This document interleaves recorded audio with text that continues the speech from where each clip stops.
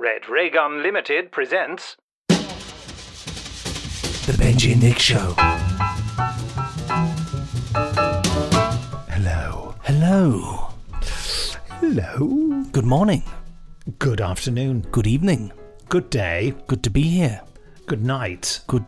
Oh, damn. Goodness. Yes. Oh, no, you... Oh, what did Loch I say? Ness. What is that? Oh, no. That was a tricky manoeuvre. I forgot the rules and then got beaten. They're so even so though I close. was winning. That was the Loch Ness game. It's not a game and it's not about Loch Ness. But this is the Benji and Nick Show, the number one vintage television podcast in the British Isles and, of course, the world. And I'm not Nick. And I'm not Benji. Now, what are we talking about this week, Nick? Well, we're talking about the Swiss Terrahawks. general election, aren't we? Yeah, that's right, yes. It was a bit of a Swizz. Terrahawks was a Jerry Anderson production from the, was it the 1980s or 1990s? It's the 80s, I think. And for people of my generation, not so popular. People of Jerry Anderson's generation, Jamie Anderson's generation, much more popular. Jamie's in his early 30s, you see. He'll be along later. He is the son of Jerry Anderson. He's a dear friend to us both. Not sure why we're talking to him. It's become a tradition, like the flu season. No, we're talking to him because of the fact that we're talking about Terrahawks.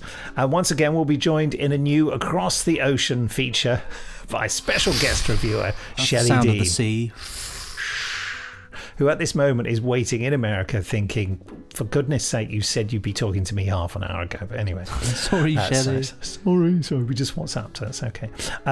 In a moment, we'll be talking about your emails sent to podcast@nicholasbriggs.com. But first, of course, the Benji and Nick Show is proud to be sponsored by The Village Shop, the online e-store run by the Unmutual website and Coit Media Limited, your one-stop shop for all things Prisoner, Dangerman, and Patrick McGowan, including DVDs, Blu-rays, books, CDs, audio dramas, clothing, photos, homeware, and gifts. I always feel like I'm doing like QVC sort of when I'm saying this. New items are added weekly. Benji and Nick Show listeners can enjoy a 10% discount on all purchases by using the hashtag code LochNess10. That's LochNess10, all capital letters, no spaces, no complications, at checkout. And a further donation will be made to Hope House Children's Hospice at no extra cost to you. The address is www.theprisonershop.co.uk. And also, there's something added to this that Rick Davey from Coit Media and the Unmutual sent me, and I've only just remembered while I am looking at this.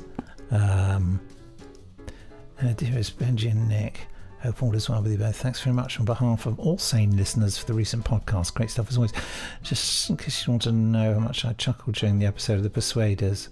Oh yes, when Benji castigated the show for sexism seconds before using the phrase necking a filly. Bless you, Benji. If you're in the mood for more, why not try one of the colour episodes of The Saint?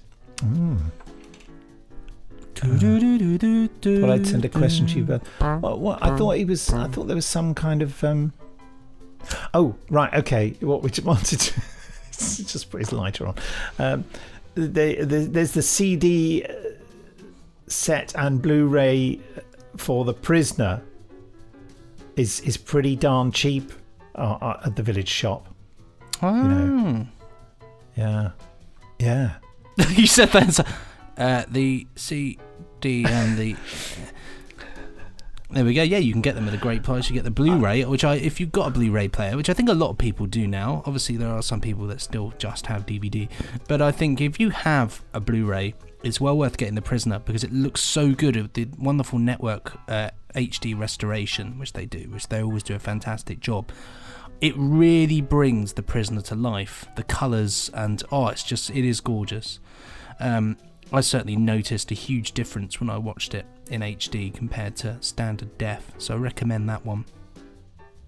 Oh, well, and also there's another code, Good Gravy, that you can use at the checkout, GOODGRAVY, and you get 40% off the book Playboys, Spies and Private Eyes, inspired by ITC. Yeah. Well, you're just asking for fun, aren't you, really? Yeah. I realised that Rick had written, and I'd couldn't remember what he'd said, and his emails don't get to us properly, strangely. I'm not sure why, and I had to go to a special place to find. Also, as well as that, you might want to head over to nicholasbriggs.com, which we plug every week, and as Nick always says, whenever we seem to plug it, somebody seems to buy something. So quite frankly, it'd be silly not to plug it, really. So yeah, we can take a look at that one, if you like, Nick. Do we have to? We don't have to, no, it's fine. And someone bought The Dalek Generation the other day, my book, and I signed it. Well, there we go, you see. Nick will sign anything, won't you? It was a chap, I remember his name. His name is J.K. Hauser. It's a good name. Yeah. So I don't know what his name is. It's J.K. I don't know what sounds. It's sort of a fusion of Jason King and Hauser sounds very German, doesn't it, as well? Who knows, quite frankly. Yeah. Well, there we go. That's good. Well, now it is that time, once again, where we delve into your emails sent to podcast@nicholasbriggs.com. Nick, have you got this? You want to read this first one out? I don't know. Do you want to read it out? I can read it out. I don't mind. You read it out. Yeah, why not? Yeah. Why not? It's a good one. Yeah. It's a good one. Okay then, well this one then, the subject of this one is Ghosts and Wolves. It was sent on the 2nd of the 8th, 2020, in the year of our Lord 1342. Fantastic year. This is from Christopher Gerard. Hello, Christopher. It says here, hi, Benji and Nick. I love your little tangents, and your chat this week about ghosts really interested me. Just before going to sleep, I often think I see figures moving around my room. I know this is just my dreaming mind starting up before I fall asleep properly, but I sometimes wonder if I lived a few hundred years ago, if people would think I had visions. Spooky. What do you think of the idea that TV shows sometimes do about ghosts being memories of emotions recorded in buildings? I think that the Doctor says this in The Time Warrior, great story. I personally think this is just as silly as the spirits of the dead, but sci-fi shows claim it often as though it's in any way scientific. Well, I don't know if I mentioned my theory on ghosts, that they're not the spirits of the undead, but that merely time itself is just, I think that sometimes images bleed through. I think you could see something from the past just for a split second. I don't really know why, but it seems to, because I always think, that's why people walk through walls and all this sort of stuff, and I think they will say that, oh yes, they were wearing a ruff round their neck and so the ghost of a headless man and all this weird stuff. And I just think I don't buy into these sort of unhappy spirits wandering around. I just think quick image of something that might look vaguely human. Don't know. That's my weird little thing anyway. You think that's reasonable, that theory of yours, do you? It's not fear. I'm not scared. Theory, I said theory. Oh, theory. Well, I think it would explain a lot. That it's just a quick image of something that might have happened before. How could that be possible? Is it not more likely that it's people's imagination somehow connecting to your conscious perception? So it could very well be. Something you're remembering or imagining becomes so vivid that your mind accidentally thinks it's part of what you're seeing. Why not both? Why not both those things? Because one of them makes sense and the other one's just nonsense fantasy. I mean, as for sci-fi theories of ghosts, I mean, of course, the whole point of science fiction, or the centre point of science fiction, is often the what if question. So you take reality and then you'd have a what if. What if aliens are real? And then you do a story about aliens coming to Earth or whatever.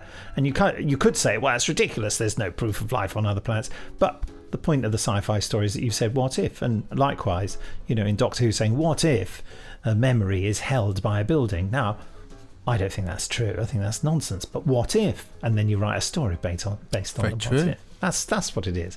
And I just think it's much more likely. I mean, like déjà vu is caused by the memory part of the brain kind of short-circuiting through the neurons and providing information to the conscious center of the brain. So through our conscious appreciation, we're, rather than getting the information from the conscious brain, we're getting the information about the outside world through the memory circuit, just instantaneously.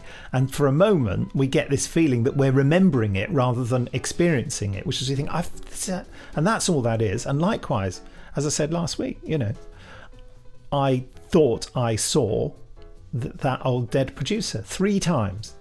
Very vividly, but just blinking, he was gone. I don't think he was there. I think that the memory of him associated with that is so strong. Because we do not, that's why, when we make a new journey or we go to a new place, time seems to move slower because our brain is mapping everything we're seeing because it's all new. But when you've been somewhere millions of times before, everything seems to happen a lot faster because your brain is not working so much because your brain's going, oh, it's that window. I remember what that window's like. That's why you often, if someone's put a new blind up or something, you don't notice it because you see the window and you think, yeah, it's the window with that blind. And then when your wife said, haven't you noticed I've spent £5,000 on a really expensive blind? That's never happened to me. Do you see what I'm saying? Yeah, of course. I think the brain is a highly powerful thing, and I think it's imperfect. That's why I see it. It is imperfect, isn't it? I mean, it's well known, isn't it, that we don't use all of our brain power. Well, and the other thing is when people have strokes and they have real damage to the brain, they can retrain their brains to work in a different way, and they're rerouting the neurons basically. So I think the fact that adaptability the brain has, also the downside of it is that it can sometimes adapt itself in ways that we don't want it to. Makes me think of one of my favourite films, actually. Have you ever seen the film Limitless? Oh, is it taking the tablet? You take the tablet and you get to use 100% of your brain power. Yeah. And I love that. It reminded me of it was that, so what if your brain catalogues everything, and what if instead of forgetting things, what if the whole of everything you've ever experienced and seen is catalogued, filed and accessible? Yeah. It's like, wow, if only. That'd be horrible, actually, I think. It'd be brilliant. Get loads of things done. Yeah, but also all the things you don't want to remember are all stuck right in front of you. Have you seen that film? There's a film called Lucy. I think it's Luc Besson did it with the famous actress who's in the Avengers stuff and was also in Lost in Translation. I can picture her face. This is just my catchphrase. I don't know. I could look her up if you really look up to. Lost in Translation. Everyone's screaming at the podcast now. It's so and so. But I think it's a Luc Besson movie, and she has a drug. She's used as a drugs mule, and they put this drug inside her. So they sew it up in her stomach, and then she gets beaten up, and it goes into her system, and it basically triggers 100% of her brain, and she becomes a supreme being. She ends up as some sort of weird extending black fluid all over the floor. It's worth watching. It's actually a load of old rubbish, but it's very exciting. What's her name? Scarlett Johansson. Scarlett Johansson. Yeah, she's brilliant. Yeah.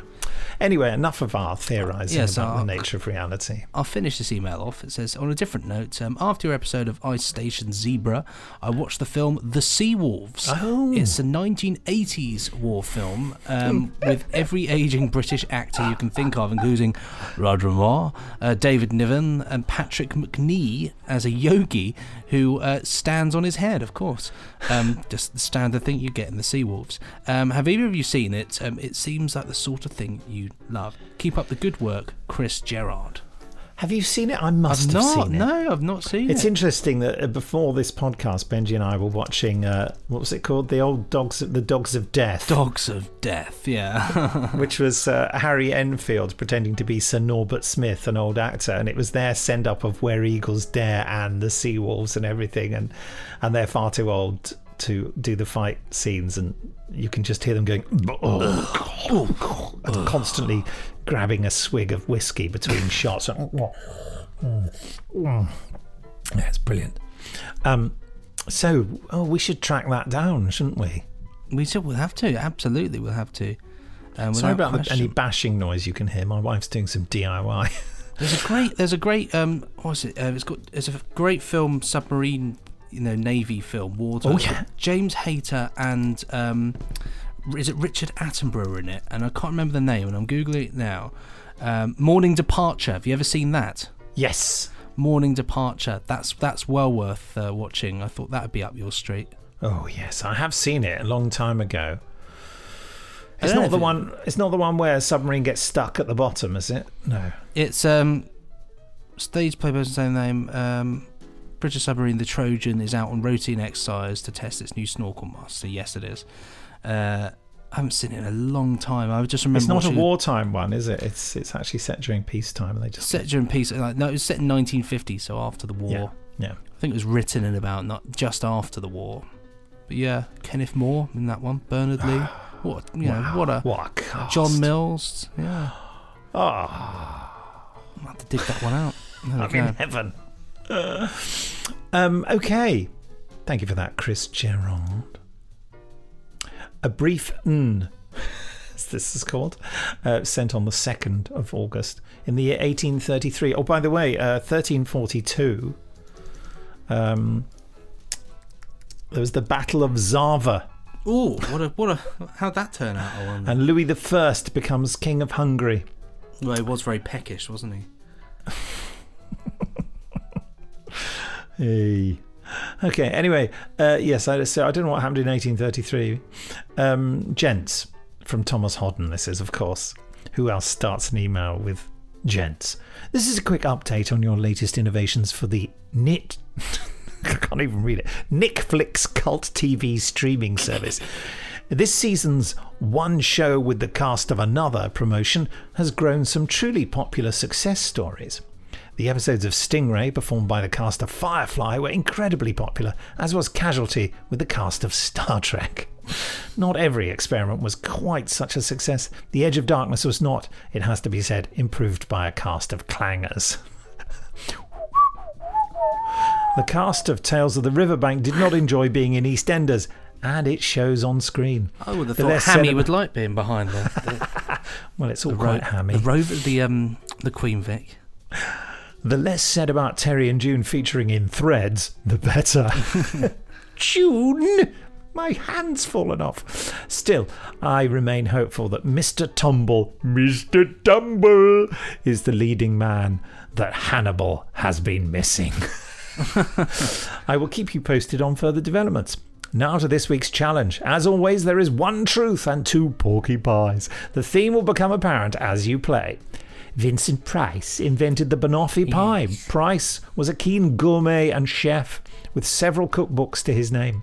One of these books, published in the late 1970s, includes the original recipe for a banoffee pie, promising an easy and quick dessert that will take little time to prepare on the night, but make you the envy of even the finest restaurant. The only difference between Price's recipe and the widely accepted recipe is that his included a chocolate cookie base. Either use the recipe from the last chapter and warm them in the oven after serving the main course, or cheat and use a tube of cookie dough, rather than the digestive and butter base we are familiar with. Vincent Price was going to be the last person Americans saw on television, in the case of a nuclear war. In the late 60s, Price was secretly hired by the United States government to record the voice track to a short information film informing Americans how to shelter in relative safety, and simplified instructions of do's and don'ts that was to be played on a constant loop should a nuclear launch be detected in a foreign power. He spoke in a calm and reassuring manner that nevertheless carried the full gravitas of the situation. He would later describe the process as the single most terrifying thing he has ever done and the source of many of his nightmares. Third, Vincent Price taught us how to commune with demonic entities. Among the most popular of his spoken word albums were two describing the history and practice of witchcraft, its relationship to history, and detailing spells one might wish to perform.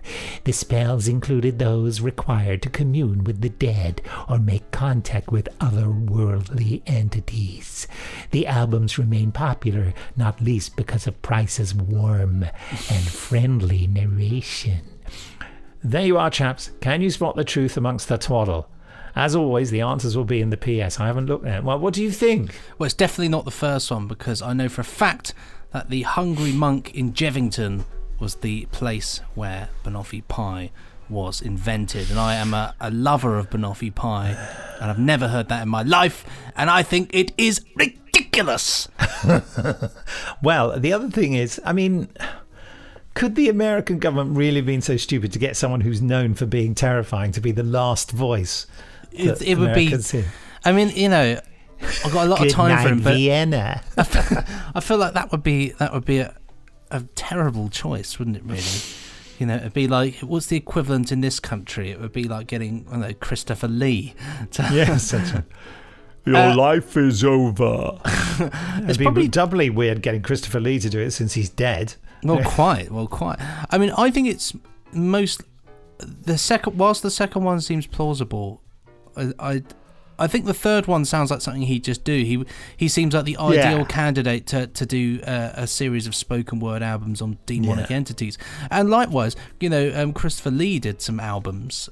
He had a heavy metal album in the end about satanic metal. So I think that sort of seems like something. I agree. I'll go for that because it seems.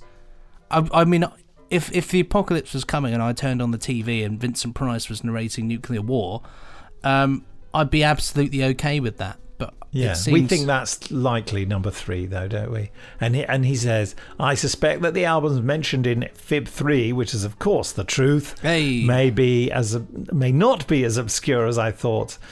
And if one or both of you have stated you own copies or have encountered them before, then I apologise. I'd like to hear it. That sounds good.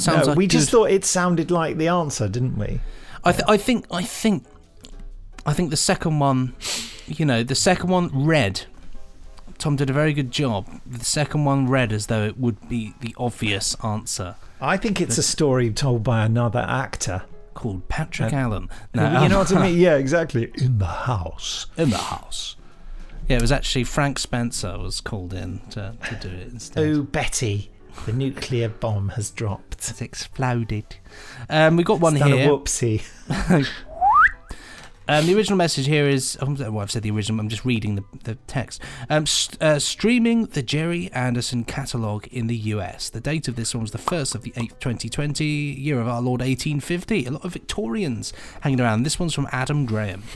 Dear Nick and Benji, one thing I did want to mention, since some have discussed limited availability of the Jerry Anderson works on the US BritBox, is that there's a good reason for this.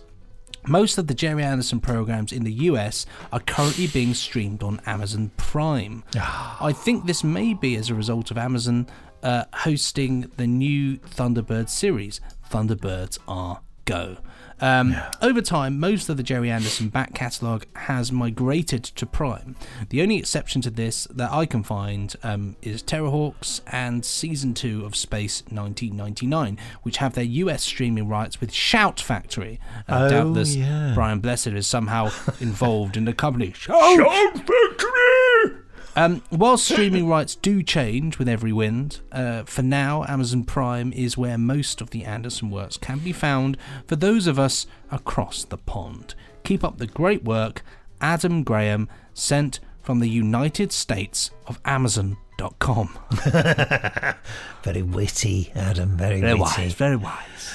Yes, I seem to remember Shout Factory when we were doing Space 1999 audio stuff, well, when we still are, but when we did the first one at Big Finish, we were trying to do some publicity deal with Shout Factory. I seem to remember them being quite a pain in the arse. No, they were just shouting a lot, weren't they? Hello! Do you mind? Have some Keep it down. Well... Okay, well, I'll contact Shelley then, shall I? Good idea. This is the sound of me emailing Shelley to get her to join. This is the sound. Get this, news just in.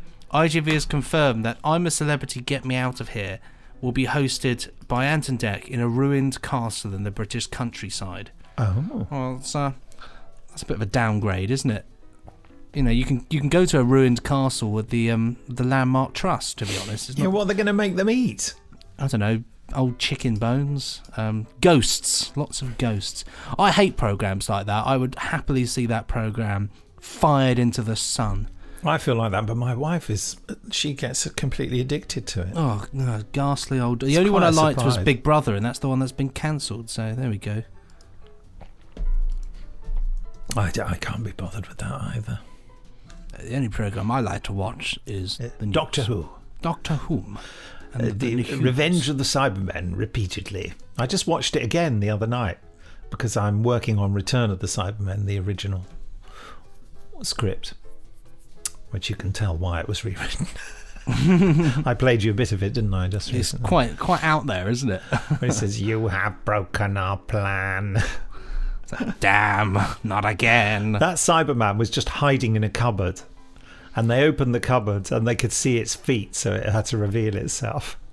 I like the way that all these spacesuits. It's just the same as the moon base when it's lying under a blanket and it suddenly reveals itself. They look at its feet and think, "Those are Cyberman feet, aren't they?" I like the idea when asked to do a rewrite, they said, "Yeah, okay, no, that was a silly idea. We'll have the Doctor hiding in a cupboard and swinging from it. Is that better? Yeah, that's much better. Yeah. Thank goodness."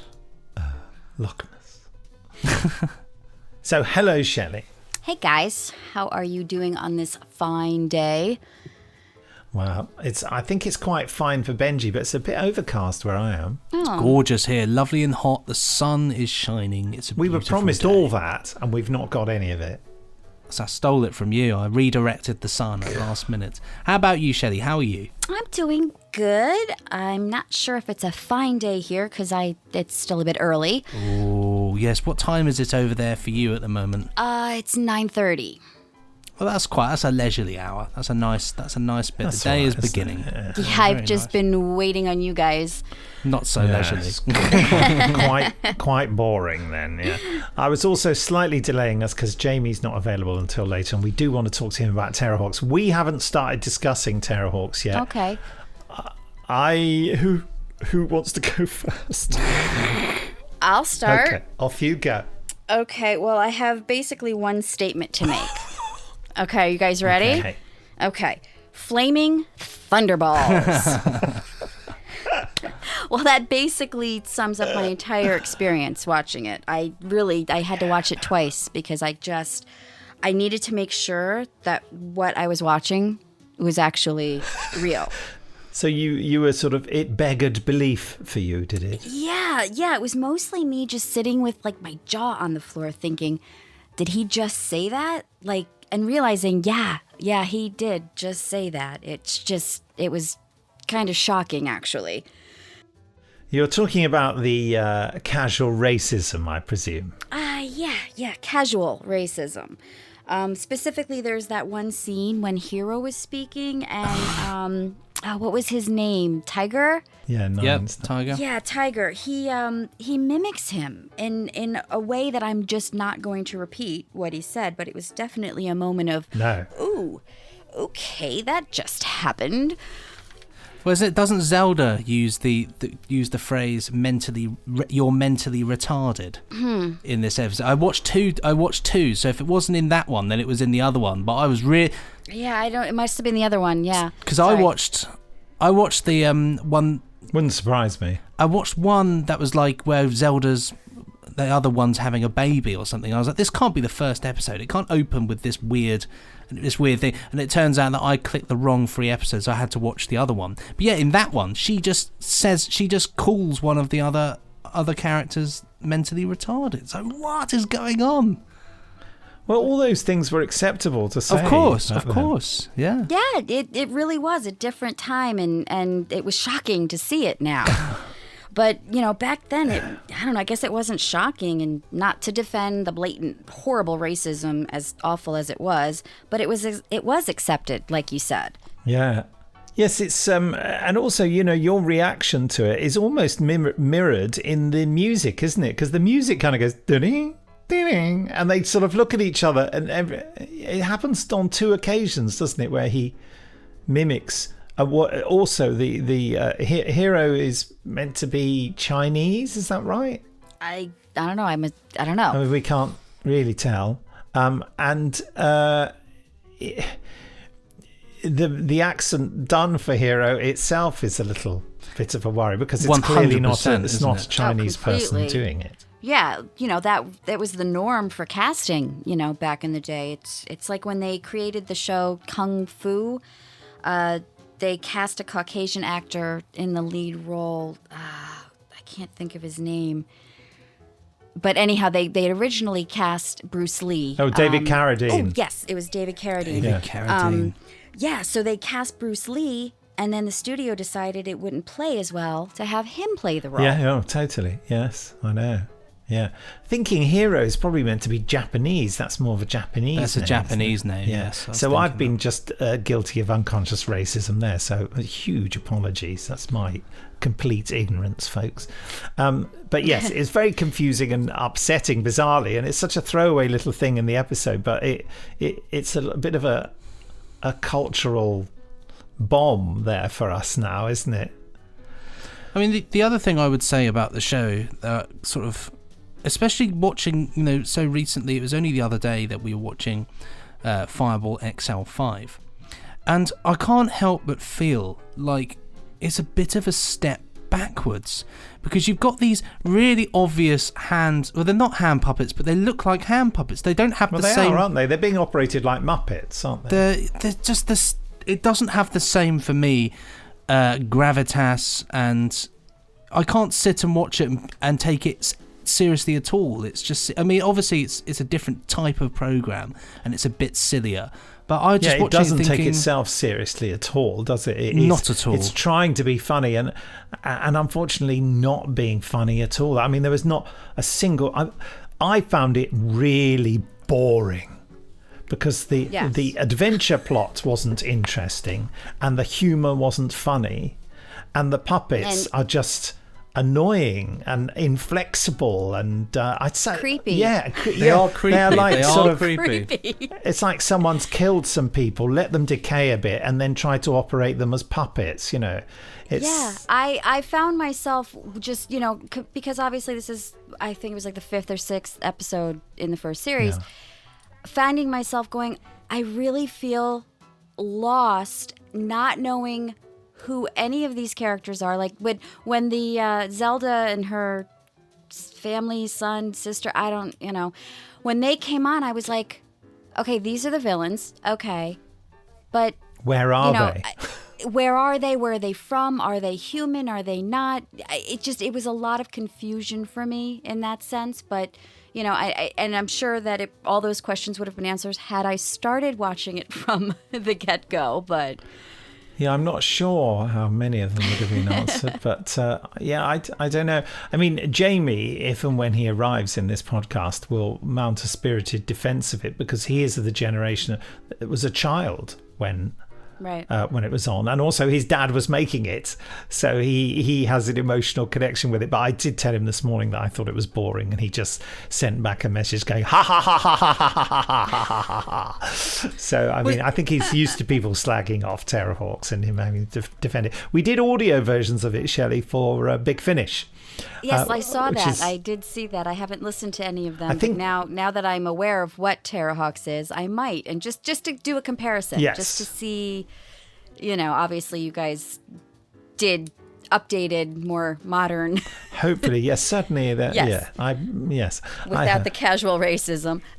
I mean, the thing is as well that you can, after all this time, you can retrospectively look back at it and be like, that's what's wrong with this. This is what we need to do. Whereas, of course, with this, I mean, it didn't run for 3 seasons though, so I mean, maybe they had time to sort of. But yeah, as it stands as a piece right now, it's like I think it's pretty rubbish, really. And the other thing as well is it's quite silly, and I don't mind things when they're just silly in their nature, but when something's trying to be silly, it ends up sort of becoming slightly patronising and irritating. And I felt a lot of that with Zelda and everything going on there. I just wasn't digging it, really wasn't digging it. And it felt out of place in a sci-fi absolutely show. Yeah. To have the essence I got from them was witchy. Like that's just what's that? I didn't. A witch, she looks like a witch. A witch, oh, right. like oh yeah.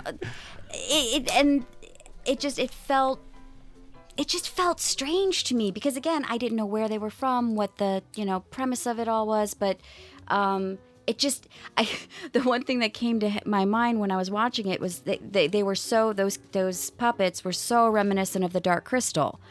I just couldn't help but thinking I am watching the Dark Crystal meets Fireball XL5. Like they just took these two concepts and kind of just smushed them together, and it got lost in the translation. I don't know. Yeah, it's a shame, isn't it? I've just had a message from Jamie saying that he's not going to be able to join the podcast because he's got an overrunning call. Probably for the best. I think he would have been very sad. It will hurt his to hear feelings this a bit whole if thing he hears completely destroyed. I mean, let's. Yeah, you see, I also thought it was badly written and badly directed. There was no pace to it, was there? Yeah, Well, it lacked a lot of pace. It was quickly resolved as well. A lot of the choices that were made as far as voice acting were very upsetting to me. The robot that sounded like Paul Lynde, Best bit, no, disagree. Best bit, I love it. Windsor Davis. Lovely boy, every boy. No, the other one who talked. Oh, the other one. Lynde. Oh, okay. I didn't understand the choices that were made. And then obviously the American accents, which we Terrible. I saw the word NASA this morning in an article I was reading, and in my brain I went NASA. NASA. And he said something about, and he used the word area, and he was like area. Oh dear. Yeah. Oh dear. Yeah. I think the ocean seemed a lot wider back in those days. So I think British people thought they could just do any old rubbish American accent and no one American would ever hear it. So it wouldn't matter. Wouldn't matter. Yeah, it's just... I mean, there are some early British... TV shows where people are meant to be Americans in them, and they're just basically people speaking in an English accent and kind of going, yeah, you know what I mean? And they think, yeah, that doesn't make you American, you offensive fool. But anyway, yeah, those. But there again, of course, you look at some old American shows with characters and American films with people who are supposed to be British, and they're absolutely not doing a British accent at all. Mary Poppins comes to mind. Mary Poppins. Dick Van Dyke's fabulous... Yeah, he is the classic one. What is it, Cockney? I don't even know what he was trying to... Yeah, he was trying to be Cockney, wasn't he? Yeah. But his sheer charisma carried him in that role, in the sense that it didn't matter. He was just so charismatic. Yeah. I'd say I love the music in Terrahawks, by the way. Oh, you did you? I love the music, yeah. Oh, I found that really irritating too. Brilliant stuff. I think it's Jupiter 8. It was very 80s. It was that synthesizer, I mean, but just think, for example, sorry to interrupt, Benji, I'll shut up for a minute. That scene at the end, which was badly written and badly directed, which is basically them trying to flip. I mean, the basis of the solution was what the Spitfires did to the buzz bombs in World War II, which is to fly alongside the unmanned craft with a bomb in it and flip it up with their wing. I'm demonstrating it beautifully here, folks, but you can't see it. To point the nose up. Yeah. But that sequence, when they do it, well, first of all, what's wrong with that sequence? That the solution is they do it 3 times and then it works. You think, surely for that sequence, for that to be interesting, they have to be trying one thing and then they think of something new and unexpected and do that. But this is just trying the same thing twice. And you just know when they're starting to do it, you think it's not going to work for the first 2 times and then the third time it will work. The other thing that's really annoying about that sequence, just imagine something similar, and it probably did happen in Thunderbirds, and imagine Barry Gray's really exciting music, of course, dun, dun, and you would have felt on the edge of your seat, and it would have felt like a movie. This felt like someone had left Radio 1 playing in the background. It just sat, or you were near a discotheque or something. So there was no tension, there was no fear, there was no anticipation. It was all like shibbity ba ba ba ba ba doo. That's. Although, having said that though, like having Barry Gray with this, it's far too silly to warrant. Like Barry Gray can only do so much. Like he adds such. He was great at silly music as well. He was great. It's true, but I don't know. I feel like this. He would give it too much legitimacy. You'd end up thinking it was too good for what it is. I don't know. Yeah, so it hasn't fared very well, has it? No, in the absence of an Anderson, we've really bashed it up, haven't we? Yeah. I feel quite bad now. We've given great reviews to everything else in the Anderson catalogue, though, so I sort of feel like it's okay. But people did say to me, for some people of a certain generation, this is as classic as Thunderbirds to them. you know. Neither of you is swallowing that. I mean, I don't know. I you don't know. believe that. I can't even imagine. One episode, and I the idea of, what was it, 36? I think it was like 36 or 39 episodes that they did. Wow. I suppose for some people, David Niven is James Bond, so that's sort of, you know. What, from Casino Royale? Yeah, well, exactly, isn't it? You know, so it's different. That's a very interesting analogy, Benji. Well, wow. I know what I mean. So I'm giving it 1 exclamation mark out of 5. Oh yeah. I'll give it 2 because I'm nice. Yeah, and that's the only reason. You like the music. I like the music, you and have a good thing to say about it. I like the music, and I like Windsor Davis, who's amazing. He's the one who speaks like that. He was quite famous over here, you see, Shelley, Windsor Davis. Was he the other circle robot? Yeah, circle robot, Zero. Yeah. Yes, and that's his performance. He always did that. I like the way he talks. I did enjoy his performance. Yeah. I did. There, especially at the scene where they realized that they forgot him, and that he had to fly home on his own, and he just, you know, floating along in space and having these internal thoughts and snoring to himself as well. Yeah, and robots snoring. Yeah, well, they keep telling him, you're just a robot. You can't have these feelings, but he carries on having feelings. You can't think, you can't theorize, and yet that's all they do. They're all personality completely. Yeah. Well, you think how crazy it gets later on when that other minion of Zelda's has a baby, and they're meant to be androids. The whole thing is, how can androids have... This is like the first of its kind to have a baby. It's just so dreadful. Do they dream of electric sheep? Who has the baby? You know the one with the one with the wig. The one that falls in her face. Yeah, the one that falls in her face. The same joke every shot. The wig falls in her face. Let's do that joke again. It wasn't funny the first time, but we'll keep doing it. And does the joke of Hero's glasses lifting on their own repeat throughout the series? Did you notice that? There was a scene where he was talking and his glasses just, I'm doing this for you guys, but they just go up on his forehead. Right. While he's talking, and then they come back down. That reminds me of a funny thing that there's a show in the 80s, Shelley, called Tugs, which is all about kind of like Thomas the Tank Engine, but with like model boats. And I remember one of them, the main villain, Zoran, who's like a gangster. He has like a little sort of trilby hat on. All throughout the series, he would tip his hat would go up on its own as a sort of tilting his hat, and everybody was like, "Oh, that's, you know, what a great little nifty trick." But actually, that was only because the model's eyes, the mechanism inside, when they moved them up, it would accidentally knock the hat upwards. So it was a complete accident. They were like, "Oh, that actually looks all right," you know. So it was intentional, but who knows whether this was intentional? Yeah, they might have made a mistake with Hero and thought, "Oh, that's great." Did he do it in the other episode you saw? Oh, I wasn't. You weren't looking at it. Wasn't looking for it, really, if I'm honest. He was enjoying the music too much. I was just, I listened to the audio instead. You just had your head in the corner screaming. No more Terrahawks, please. Not today. Well, I feel I should offer an apology to anyone out there who likes Terrahawks. Because, you know, as the person who you know, mentioned that we were getting all funny about... what was it we were slagging off? Oh, yeah, that's right. We were being rude about Babylon 5. And he said, yeah, well, if you can put up with wobbly dinosaurs and bad CSO, True. Surely you can. And it's a very good point. And it's the thing that you love from your childhood sometimes, isn't it? And it doesn't matter how crummy it is. If it triggers some great... And nostalgia is such a strong thing. I mean, that's why we're here talking about this stuff, because of nostalgia. It's... It makes you see past all the errors, or rather, you see them and it doesn't matter. I mean, as I mentioned, I watched Revenge of the Cybermen again recently and still love it, but can absolutely see what a load of old twaddle it is as well. But it doesn't matter. Makes me feel great, you know. And I guess that some people feel this about Terrahawks. Completely understandable. You know, well, I can't understand it, but nostalgia drives us all. That. Nostalgia.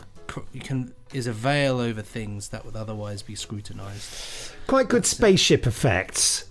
Yeah, of course. So that's what you know, they had experience of doing that by this point. It was the experimental puppets and terrible script that really let it down. So, you know. Shelley, what do you think of the spaceships?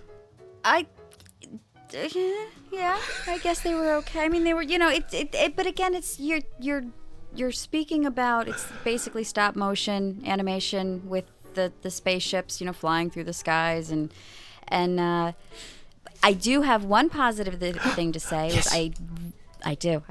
I really enjoyed the concept of the tree being the launching pad, and when it opens up, and then it comes up out of the base of the tree. I thought that was pretty cool. Yeah. I thought that was a really neat way of hiding their, because obviously he made such a big point of, you can't tell anybody where our, what was it, Hawk's Nest? Is that what it was called? Mm-hmm. Where it is. And I did some research, and it was supposedly in South America. That's where the base was. Of course it would be, South yeah. America. Yeah. So, what relevancy that has on any of the characters or any of the stuff, and how that's Nasser had any jurisdiction in South America. Oh dear. And what was that sort of strange whirlpool that one of the ships came out of and wobbled all the way up? Kate's ship came out of the water, so maybe they're South America near the ocean, and that's where her ship came out of. She also becomes a pop star in it, Kate Kestrel. She was sitting there saying, "Oh, I'm playing a tune called Lift Off," but she had a single out and everything. Oh, that's funny. Wow. Okay. Yeah. Well, I do apologize, like you were saying, for people who do like the show. I am basing this opinion on one episode. Yeah. And that's not necessarily enough to formulate an opinion on the entire series. So I maybe will partake in a couple extra episodes to see if... and I do want to listen to The Big Finish, because I'm curious to see how it gets updated. Yeah, dip into that. Yes. I feel, folks, that we've, we gave it a kicking, we gave it poor marks, and then we felt bad, and we tried to find nice things. You can only do so to say. much, can't you? We tried, ladies and gents. We've got the shovels out, and we're digging. We're digging deep. God. Okay, well, there you go.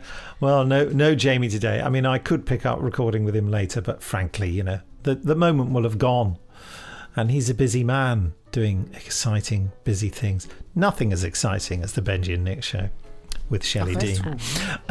So what are we going to watch next time? I have no ideas in my head at all. I've got something that I would love us to cover, and I've wanted us to cover for such a long time. And that is, of course, the first episode. So this is a series. It's sort of well known, but it sort of isn't. I think it's been forgotten, but it is, of course, Hornblower. Yep, Nick, so Hornblower, Horatio Hornblower. It's a series. It was made in the 90s, broadcast on ITV. I absolutely love it and think that it needs more recognition for how brilliant it is. More people need to know what it is. Okay, so we're going for Hornblower, the even chance. That's episode 1 of Hornblower, is it? It is. That's the first episode. Be interesting to hear your thoughts, Shelley, on this, which I think is brilliant. And also, Nick, because Nick... Not interesting to hear my thoughts. Well, I was going to say interesting for you, Nick, because obviously I know that you're a naval man yourself, but you listened to... we listened to the Even Chance and that radio play that we did, didn't we? Do you remember that ancient old one that we with found? Some old BBC radio plays we found online. Yeah, that was condensed into a very short... 20-minute episode. So was it? I see. Yeah. And this goes on for 5 hours, does it? This is 5 hours. No, it's a TV movie, but it's very good. I would say it is enjoyable, and you can. Well, it was very big and popular on British TV. It's quite stylish. Shelley, we're not giving you any more tat here. This is okay. This is like a really high production value TV movie shot on location. Big ships and at sea and all that. Good historical detail. Great cast. You'll recognise some of the actors who've gone on to be movie stars and stuff. That seems that's fair. Yeah. So particularly one of them ended up in the Fantastic Four, one of the many versions. Anyway, Mr. Fantastic himself. What's the actor's name? Is Welsh. Ewan Gruffudd, isn't it? Ewan Gruffudd. Ewan Gruffudd. I can never say it. Well, neither can I. That's why I asked you to do it. Ewan Gruffudd. I can never say it. How embarrassing. It's a Welsh name. Yeah. So any Welsh people wish to jump in. We're and tell English, us. and I think it's we're you and no Wolfhard. good at that. He was in. And I'm even worse, so I wouldn't even make the attempt. He was in Titanic as well, actually. Was he? Yeah, he was in Titanic playing Howard Godfrey Lau. Oh. Low. All right then. Well, there we are. We're going to do that next time. I suppose it's time for us to get close to the microphone. Yeah, nice and close. There we go. Lovely jubbly. Thank you for listening, and don't forget to send your emails to podcast@nicholasbriggs.com. And from me, Nicholas Briggs, it's goodbye. From me, Benji C, it's goodbye. And from me, Shelley D, it's bye for now. Pressing stop now. Ka-chunk.